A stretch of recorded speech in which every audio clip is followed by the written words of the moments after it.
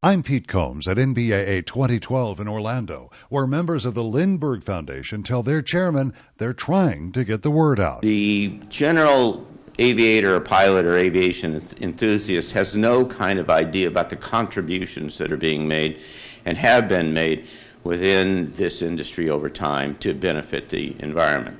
More specifically, they said the folks on the outside, the advocates and the activists on the outside are painting this very negative picture about what aviation's contribution to the environment is. And we really need to start to change that. And that was the genesis of this campaign that we want to talk to you about here. The campaign is a series of 5 ads developed by the Aviation Green Alliance that will run in some of the industry's most prominent publications over the next several months, highlighting aviation's efforts to improve the environment.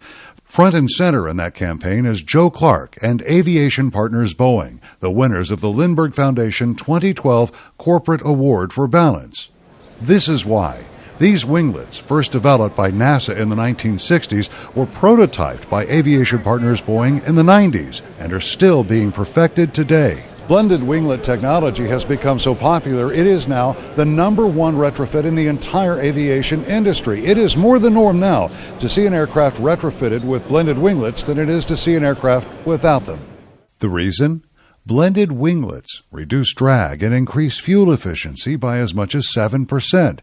That gives aircraft better range and a lower fuel burn, gets them to altitude faster, and therefore makes them quieter.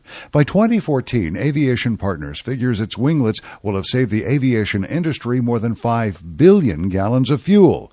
Joe Clark has worked for decades to make this technology a part of everyday aviation, worked to make blue skies green.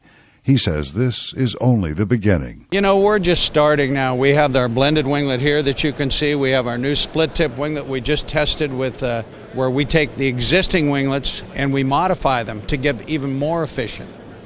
And then we have our spiroid technology, our circular technology. So I think there's a lot. We're just kind of scratching the surface.